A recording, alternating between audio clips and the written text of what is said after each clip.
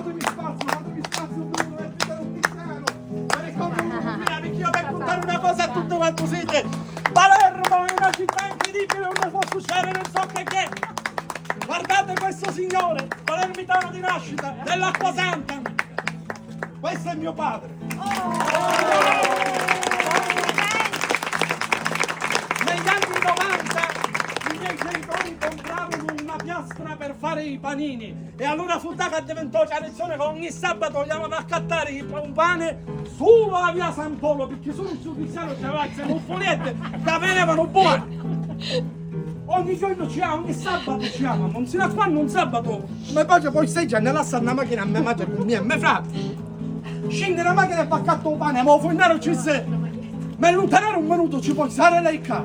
Questa è una storia vera. E me pace, noi aiutavamo uno spittetto nella macchina che se veniva un pane a San Polo. E ovviamente che è successo? Non è che è successo niente, si ci avvicina una cristiana, una ciniera e si avvicinò da e ci disse scusi me lo dà un filone. E vedi che fa niente, si gira un microfono e giuro. Quanto le devo? E mi vede in cinese. Lei a quanta carta?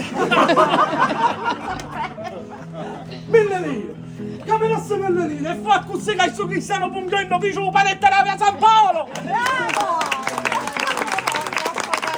E meno male con passare i finanzieri, grazie.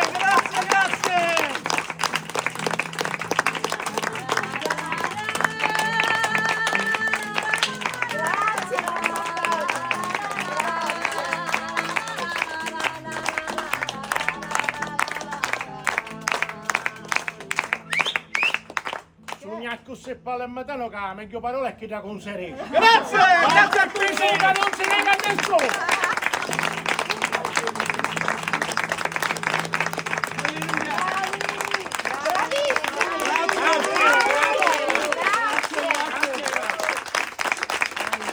Grazie a tutti.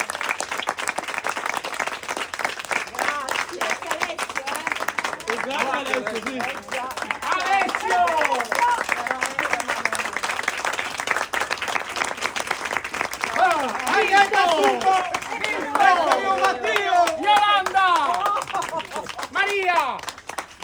Maria! I follower.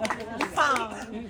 No, il pubblico, stiamo presentando tutto il pubblico. I fan, si chiamano i fan.